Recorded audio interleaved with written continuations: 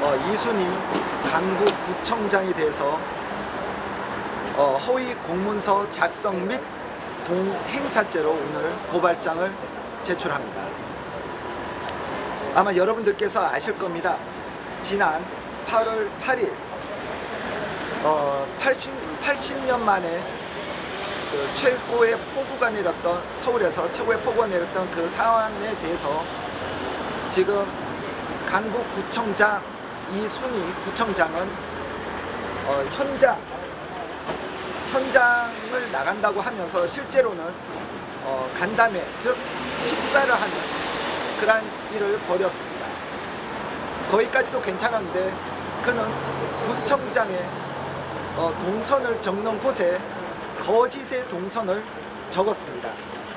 이러한 문제를 비춰봤을 때 이순희 구청장은 이번 8월 8일과 8월 9일뿐 아니라 다른, 즉 지난 7월 1일 구청장으로 취임한 이후 반복적인 허위 거짓 동선을 적고 실제로는 다른 일을 하지 않았나, 이런 합리적인 의심을 해봅니다.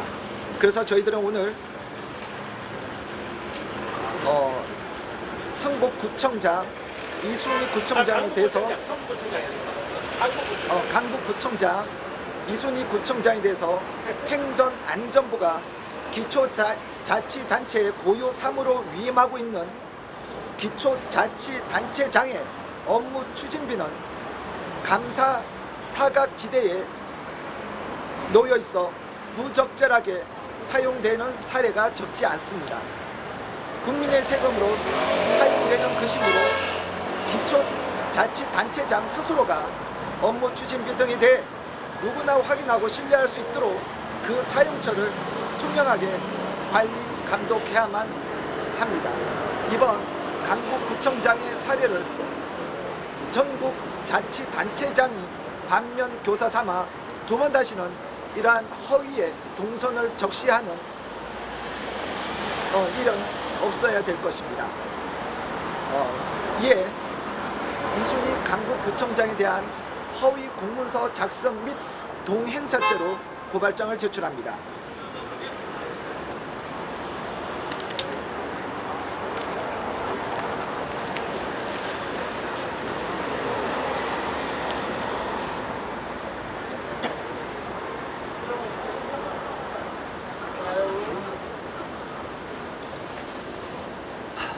그리고 여러분, 지난 주말 대한민국에서 정말 일어나지 않아야 될 사건이 터진 거 아마 아실 겁니다. 그 젊은 대한민국의 국민들과 그리고 한국에 온 외국인 약 160명 가까이가 압사라는 참 후진국형 사고를 당했습니다. 대한민국의 많은 국민들이 그 안타까운 죽음을 애도할 때 더불어민주당 민주연구원 부원장이라는 남영희 씨는 본인의 페이스북에 이 사건을 윤석열 정부를 겨냥하는 정쟁의 도구로 삼았습니다.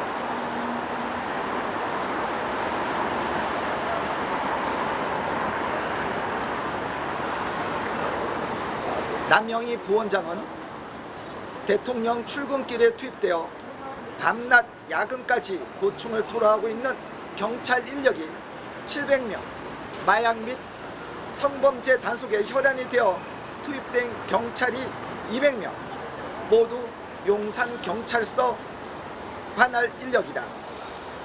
또한 100번 양보해도 이 모든 원인은 용산국방부 대통령실로 집중된 경호 인력 탓이다라며 이 문제를 청와대를 국방부 쪽으로 옮긴 윤석열 대통령을 겨냥했습니다.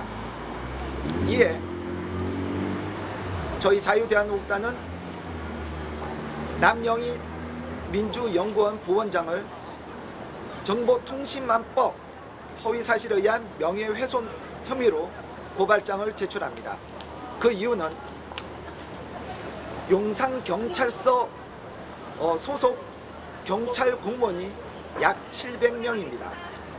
그리고 실제로 출퇴근 시간에 동원되고 있는 경찰 인력은 대부분 101 경호팀은 101 여단 소속입니다. 경비단 소속입니다. 또한 지난 토요일은 대통령이 출퇴근을 하지 않는 그러한 상황이었습니다. 이러한 모든 정황이 오로지 윤석열 정부를 폄훼하고자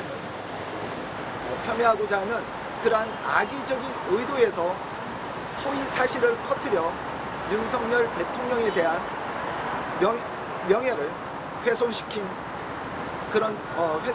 것으로밖에 볼 수가 없습니다. 즉 단순히 애도를 안타까움을 넘어서서 남영희 부원장은 악의적인 내용으로 국민을 선동한 그러한 범죄를 저질렀다 할 것입니다. 이에 많은 국민들이 아이들의 죽음까지도 정쟁을 도구로 삼는 이러한 정치인을 바라보며 안타까움을 금할 수 없었고, 또한 많은 국민은 분노를 했습니다. 이에 고발을 함으로써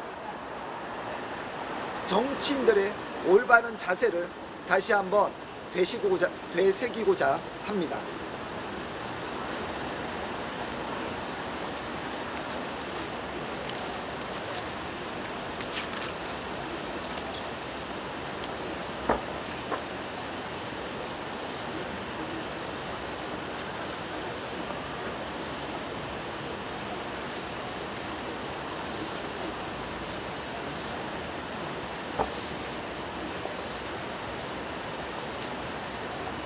자, 이 부분은 여러분들에게 한번 설명이 필요합니다. 지금 과거 여러분들께서 최순실, 즉 최서원 씨의 사건을 아마 기억을 하실 겁니다. 박근혜 대통령 정부에서 특검을 임명을 했는데 그 분이 박영수 특검이었습니다.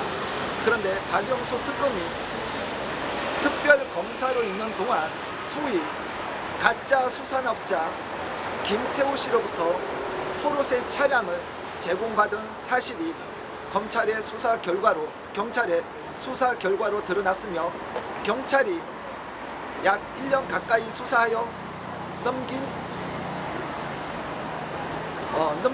그 사안에 대해서 거의 1년이 되는 시점에 검찰은 이제서야 박영수 특검을 소환 조사를 했습니다. 그 내용은 간단히 말씀드리도록 하겠습니다.